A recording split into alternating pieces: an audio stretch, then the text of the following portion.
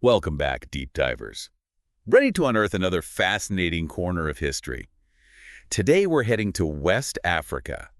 Buckle up because we're about to explore an empire you might not know as well as, say, the Romans or the Mongols, but one that was every bit as grand and influential in its time.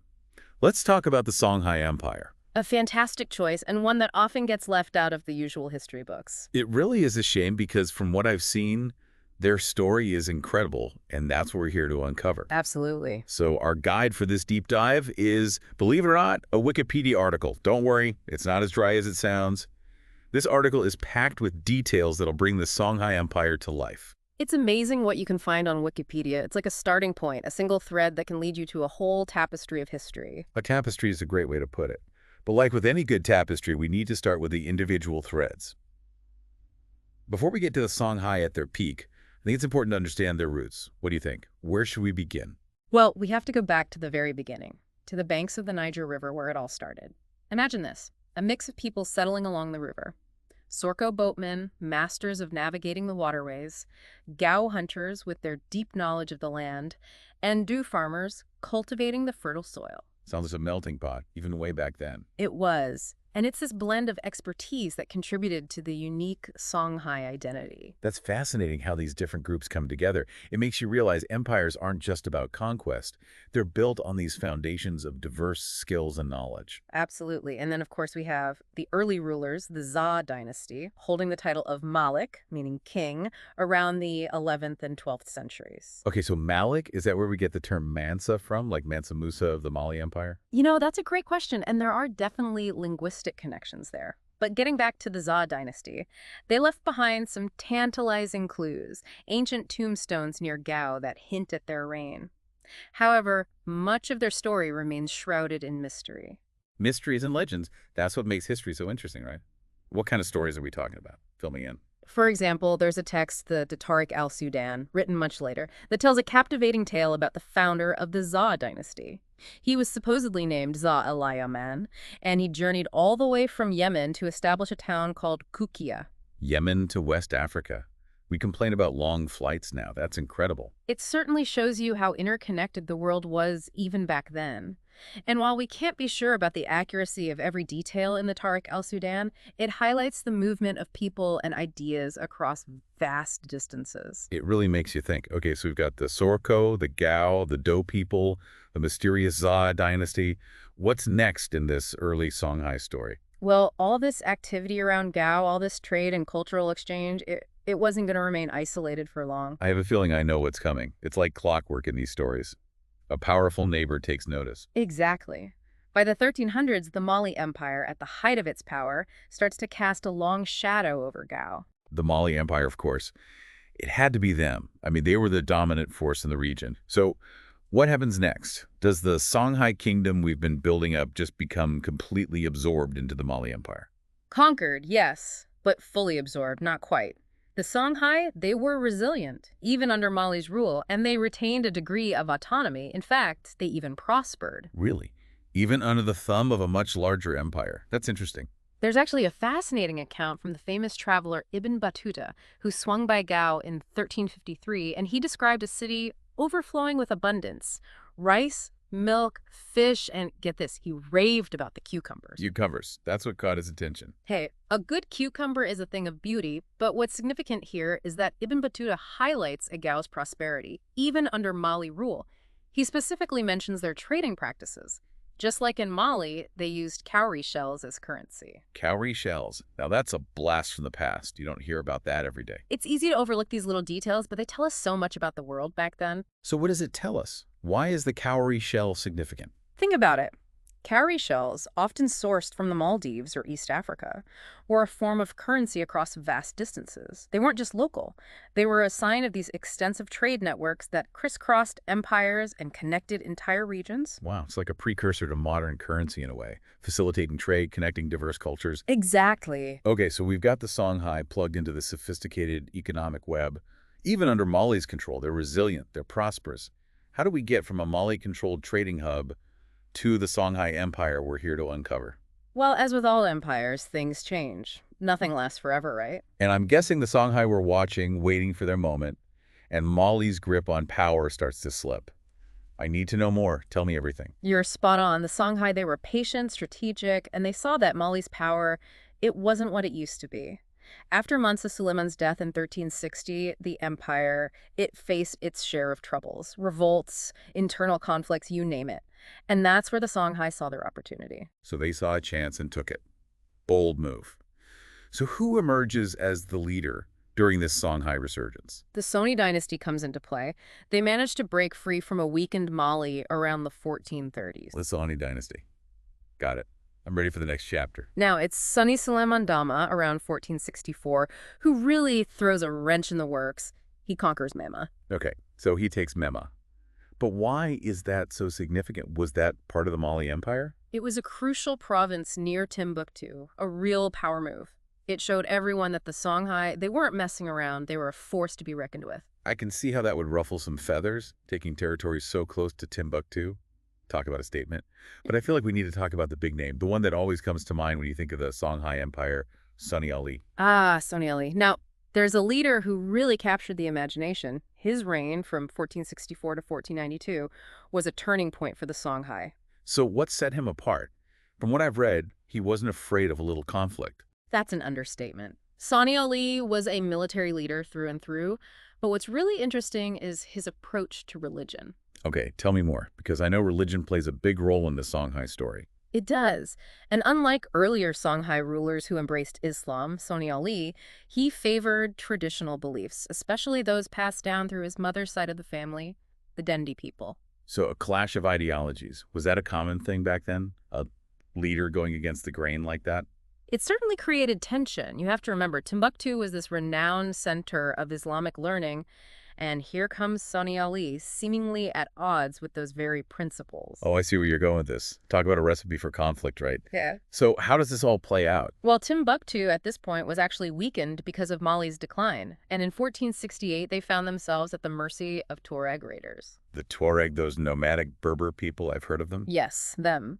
They were known for their fighting prowess and for controlling trade routes. Anyway, Timbuktu, desperate for help, they turned to Sonni Ali. Interesting. So even though Sonni Ali had different religious views, they were still willing to ask him for help. They were desperate, and Sonni Ali, he saw an opportunity. He agreed to help and successfully drove out the Tuareg, liberating Timbuktu. That's quite a turn of events.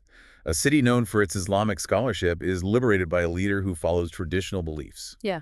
I bet that didn't go over well with everyone in Timbuktu. You're right. Sonni Ali's rule over Timbuktu, it was viewed with suspicion, especially by the Islamic scholars who saw him as a threat to their way of life. That makes sense. There's liberating a city, and then there's winning over its people. So how did Sonni Ali's reign impact the Songhai Empire as a whole? Well, he was a brilliant military strategist, no doubt. I mean, under his rule, the Songhai Empire expanded significantly. Okay, so he's a successful conqueror. He conquered the Mossi people to the south, subdued the Dogon in the north, and even absorbed parts of the crumbling Mali Empire. Sonni Ali, he was a force to be reckoned with, but his legacy, it's a mixed bag. A mixed bag, you say. What does that mean exactly? How is he remembered? He's remembered as a shrewd conqueror, a strong leader who expanded the empire, but also as a bit of a tyrant, especially by those Islamic scholars in Timbuktu who never forgot his treatment of their city. History is rarely black and white. It sounds like Sonni Ali was a product of his time, a strong leader driven by his own beliefs and ambitions. So when he passes away, who takes the reins of this vast empire he built? When Sonni Ali died in 1492, his son, Sonni Baru, was supposed to take over, but well, things didn't exactly go according to plan. Uh-oh, I sensed some drama. What happened? Did someone usurp the throne? You could say that. One of Sonni Ali's own generals, a man by the name of Muhammad Tur, saw an opportunity. A coup within the Songhai ranks. Now we're talking. And this general, he wasn't just any general. He's better known to history as Askia the Great. Askia the Great. That name has a certain ring to it, don't you think? Like it's hinting at greatness. I'm ready to find out what he does with this empire. Askia the Great. He sounds like someone who understood that building an empire takes more than just military might. What was his vision for the Songhai? You're absolutely right. Askia the Great, he was a shrewd politician, a skilled administrator, and he understood that to truly unite this vast empire, he needed to win over the hearts and minds of all its people. And how did he plan to do that? By embracing Islam. Remember, Sonni Ali's reign was marked by religious tension, especially in Timbuktu. Askia, he saw an opportunity to mend those divisions and use Islam as a unifying force. So strategic move as much as a personal belief. Precisely. And one of the most dramatic examples of this was his pilgrimage to Mecca in 1495. Oh, the Hajj. Every Muslim who is able is expected to make that journey at least once in their lifetime, right? Exactly. But Askia, he didn't just go on the Hajj, he went all out. I bet this wasn't just a spiritual journey, it was a statement. You could say that again. Imagine this. He travels to Mecca with an entourage of 500 cavalry, 1,000 infantrymen, and a fortune in gold. Talk about making an entrance. He donates generously to charities, showers people with gifts, and returns to Songhai with the prestigious new title, Caliph of the Western Sudan. Wow, Caliph of the Western Sudan. That's a pretty big deal. He's basically solidifying his legitimacy in the eyes of the Islamic world, right? Exactly. This pilgrimage, it wasn't just a personal journey. It was a calculated display of power, piety, and it sent a message to the entire Islamic world. The Songhai Empire, under Askia the Great, was a force to be reckoned with. Okay, I'm impressed. But I have a feeling Askia's vision wasn't just about appearances or grand gestures. What else did he do to reshape the Songhai Empire? Well, he knew that to maintain control of such a vast empire, he needed a strong administrative system.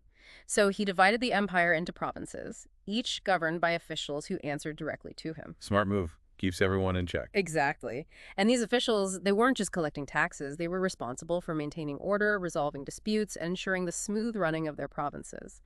Askia, he had a system in place for everything. Sounds like he was big on organization. He was, and he didn't stop there. Askia, he understood that a strong empire needs a strong foundation, and for him, that meant investing in education and trade. Okay, so tell me about that. How did he go about promoting education and trade? Well, under his rule, Timbuktu, it wasn't just a center of Islamic learning. It became a hub for scholars from all over the Islamic world. They flocked to Timbuktu to study, to teach, to debate. It was like a magnet for intellectual thought. Wow. And all this because of Askia's patronage. Absolutely. Askia, he funded the construction of mosques and libraries.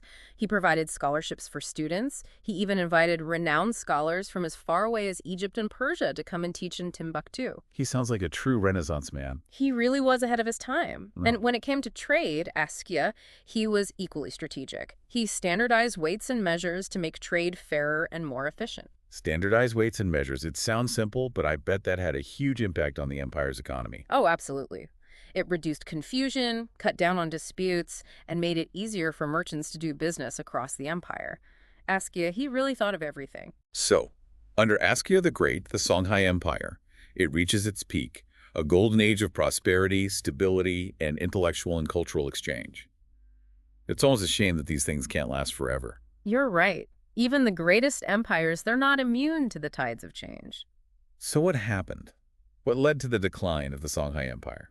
Well, Askia the Great, his reign lasted for decades, but as with many powerful rulers, his death in 1528 ushered in a period of instability and internal strife. The age-old problem of succession rears its ugly head again. It seems like it's a tale as old as time itself. Askia's many sons, they all fought for control of the empire, leading to a series of coups and rebellions. The empire, it was weakened from within, making it vulnerable to outside threats. And I'm guessing someone was waiting in the wings to take advantage of this vulnerability. You know it. Enter Morocco, eager to seize control of the lucrative trans-Saharan trade routes. The trans-Saharan trade routes, especially the gold and salt trade, always a coveted prize. But the Songhai, even weakened by internal strife, they weren't just going to roll over. They didn't. But the Moroccans, they had a secret weapon, gunpowder. The great equalizer, or should I say, the great disruptor.